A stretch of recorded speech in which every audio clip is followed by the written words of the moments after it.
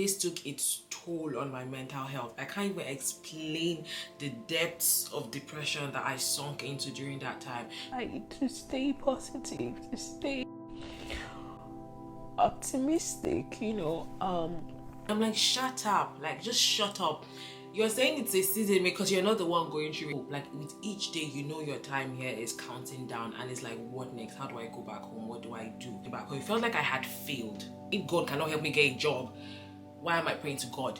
Hey guys, welcome back to the channel. I think I need to find something else other than hey guys, but anyway, welcome back to the channel. So good to see you here. And if this is your first time here, hi, I'm Chidera and we can be friends. Just make sure to hit the subscribe button. This is actually kind of like an emotional video of some sort to me, and the reason why I'm doing this video right now is because I've gotten a couple messages in the past weeks asking me how I was able to transition going back to Nigeria as a student, how I was able to deal with my visa expiring, because I have been through that. And I just felt like, you know what, I've been getting a lot of these messages, I might as well do a video talking about it and just like how I navigated that.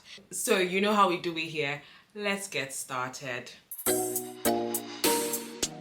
First of all, why is there kunlu? Oh god, my head here is high. So this video, even just before I started, like when I was writing my outline for this video, I wanted to start, I got emotional as well, start crying again, because I have first-hand experience on what it feels like for your visa to be expiring and then there's no hope on the horizon, there's no job, there's nothing coming through, even though you've poured your heart and your soul into it. There's a video I have from 2021 March, which was the month that my visa was to expire, and I had applied for jobs here and there. I had had so many interviews. Each time is "we regret to inform you." At some point when I applied for jobs, I was not even expecting, like I just knew in the next couple of days I'm gonna get "we regret to inform you, we regret to inform you."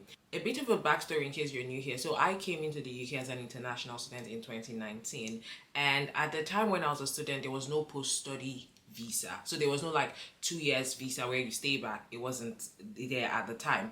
Actually, the year I left was the year it was implemented. So in 2021 I had to go back to Nigeria, and this was after applying for tons of jobs, retweaking my CV for every single job, you know. So like I applied for jobs almost every single day. I'm not even exaggerating, almost every day I was applying for jobs. I think I applied to almost 100 jobs during that time, and each time I got rejected. And one thing I can tell you for certain is this took its toll on my mental health. I can't even explain the depths of depression that I sunk into during that time. So there's a video that I found from 2021 which I'm just gonna play here. It's just a short snippet. I realized that I deleted most of the videos, but just to show you what like my mental state looked like. Welcome back to the channel.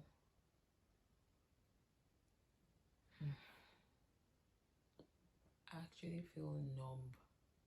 I don't understand why I've tried. Like I'm trying. I have really tried to stay positive, to stay optimistic,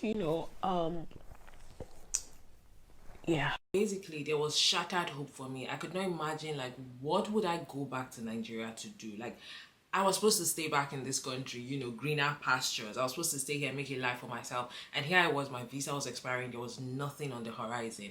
And at the same time, at that time I was dating my husband now. But I did not know when I started dating him that, you know, actually he was like a citizen and he could stay back in this country. I did not know, and I fought I fought our relationship so much because I did not see where it would go. At that time in March, we had dated for like 4 months, and I just knew if I go back to Nigeria, everything was gonna end. Like I could not see the prospects of how I was going to come back to the UK, and that shattered me. Also because I had poured my heart out. So what I want to say here is, if you're currently going through this season in your life, I want you to know that it gets better. Because honestly, if you had told me when I was going through all of this, when I was going through back-to-back rejection, that oh, maybe I'll come back to the UK or something, I couldn't even see it. Like I could not see it. And at that point when people were telling me, oh, be encouraged, oh, it's a season, kini, I'm like, shut up, like just shut up. You're saying it's a season because you're not the one going through it, but then I want you to take it from me. If this is the season you're in, trust me, it gets better. I know.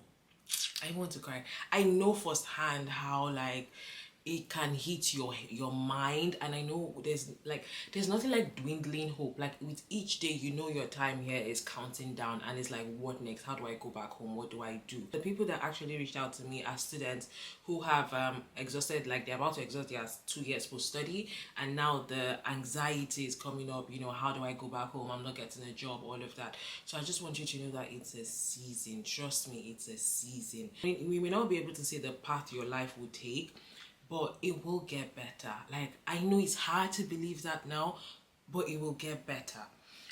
The day I was leaving this country, Jason, my husband, saw me to the airport, and at the airport I cried. I cried so much. I cried for so many things. I cried for the fact that I could not see how I was going to come back, and honestly, going back was not in my plan, right? Then secondly, my husband kept saying that, oh, our relationship was going to stand the test of time, or that he's serious about me, what and what. I'm just like, bro, once I leave this country, it's going to end, because how do you do long distance relationship across 2 continents? It's not even 2 countries in the same continent. It's across 2 continents. So me, I just zeroed my mind that this was it. Like, this was the end. Even though he was saying it's not, me, I'm like, once I enter that plane, forget about it. There's nothing to have end. This is where my journey ends. This is where my UK journey ends, right? And I flew back to Nigeria. On the plane, I cried. God help me. I cried so much on the flight home, because it felt like I was disappointing myself. I don't even know how to explain the feeling of going back, like being on that flight, going back. It felt like I had failed. That was the feeling, yeah. It felt like I had failed, like I was a failure of some sort. And I went back to Nigeria. In the first month after coming back, I had to adjust. Obviously, I made a couple videos about it. I had to adjust all of that. And then my husband, then, you know, he tried to reassure me that this relationship was going to stand the test of time. If there's anything I know, is that he pushed our relationship. He was the one actually like trying to ensure that we stayed in contact every day. We spoke every day, like maybe 4 or 5 times a day. Like, we're always talking. He just wanted me to be reassured that this relationship was going to work. And at that point, I was not even seeing how we're going to get married or anything. So long story short, basically I got married later on. After like 10 months of being in Nigeria, I got married, and then I came back to the UK. However, there were some things I did to prep me for that transition back to Nigeria, which is what I want to share here. But before we do that, I want to talk about like dealing with job rejections, right? So when you're dealing with job rejections, it's very easy to personalize it. And let me tell you something, from someone who has been on the other end of receiving rejections and now on the end of being a recruiter and hiring people for roles, I can tell you clearly that it is not always about you, okay? There are sometimes where it's just a particular thing they need, like it's just a particular thing they need and you don't have it. And it's not like you're a bad candidate. It's like, oh, sometimes when I'm interviewing some people, I'm like, oh, this person's actually a good person. Like, this person actually fits this role. It's just that they don't meet this single criterion, so I can't hire them, even though they are exceptional. So one thing I can tell you for certain is that it is not always about you. Sometimes it's just that you don't meet one single criterion and then they can't hire you, or maybe it's because they don't sponsor, they can't hire you. So I want you to try as much as possible not to internalize that. Don't internalize the rejections. It is not, I can guarantee you, it is not always about you, okay? So, and then the second thing I want to say as well is that it does not mean you're not good enough. During this season, when I was getting back-to-back rejection, I felt like I was not good enough. I felt like I could not get a job. Like I was not smart enough. There was definitely something wrong with me. What I want to tell you here, it doesn't mean you're not good enough. You are good enough, trust me. There are just so many things that comes into play, and I want you to try as much as you can to dissociate yourself from that rejection. Don't personalize it. I mean, it's easier said than done. I've been there. People will be telling me don't personalize it, don't personalize it. How would I personalize it? But I just want you to be encouraged, okay? I want you to be encouraged. Don't personalize it. Things are definitely going to get better. Now, into the things that actually help me prepare for the transition. The first thing is having a financial plan. I know that sometimes we don't want to like accept the truth that we are actually going home, or like you're actually about to go home, but you need to accept it, especially if your visa is already counting down in days. Like, you need to start planning for that. So one of the things I did was, in that my moment of depression, I knew that I'm going back to Nigeria. I need to go back and settle in. I might need to get a house. I need to get a generator, because I don't think I can stay without electricity like that. I need to find Wi-Fi because I need constant internet. So these were all the things that I itemized on a list. So house rent, generator, air conditioning, because I needed air conditioning in the house, Wi-Fi, pots, bed, TV, like all the things I knew I needed. I started itemizing them and then finding the prices, like googling online, checking the prices in Nigeria and putting in all together. And at that point, I think everything I had total came up to like 1 point something million, and I knew I needed to have that money aside as my setup money when I go back to Nigeria. So I started saving for all of these things, and when it was time for me to go back, I actually had enough funds for me to go back to Nigeria and try to achieve like a comfortable lifestyle. When I went back to Nigeria, I was supposed to get a house, but I couldn't because the house I was in, I was not liking it. But then I was staying with a friend, and she was kind enough to let me stay with her instead. She was like, okay, I can just stay here and then we'll split the bills and everything. So you just need to have that, start planning like financially as well for how comfortable do you want to be in Nigeria, where do you want to live, what amenities can you provide for yourself. You need to start thinking about that. Okay, now the second thing I want to say here is having a job plan and having a networking plan. If you're actually going back to Nigeria or going back to your country, or wherever you're from, what's the plan? What job do you want to get, and how are you going to get that job? You need to start thinking about it. I think one good thing I can say is that studying abroad actually gives you an edge of some sort, because like, oh, you studied abroad, you put it on your CV, it just boosts you up as a good candidate. So you want to start thinking about that. What kind of jobs do you want? Maybe start looking on LinkedIn. What are the jobs available? Do you meet the criteria for the types of job you're looking at, you might want to do in Nigeria? So you want to start thinking about this.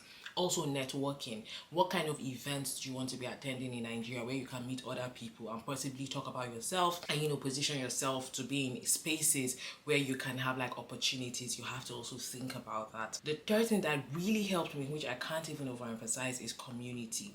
Finding a community to be a part of, whether it's an online community of like young professionals in Lagos, or maybe it's an online community of students, or an online community of just looking for those communities where you can be a part of. Why? Because you put your ears to the ground and you can get to know more things that are happening, jobs, opportunities. So I got a job through a community I was in when I got back to Nigeria. As God will have it, I arrived in Nigeria and in less than a month I got a job, and the job I got was a remote job. So they were paying me in US dollars. It was based in the US, so they were paying me in US dollars, and I was living in Nigeria, so I was quite comfortable.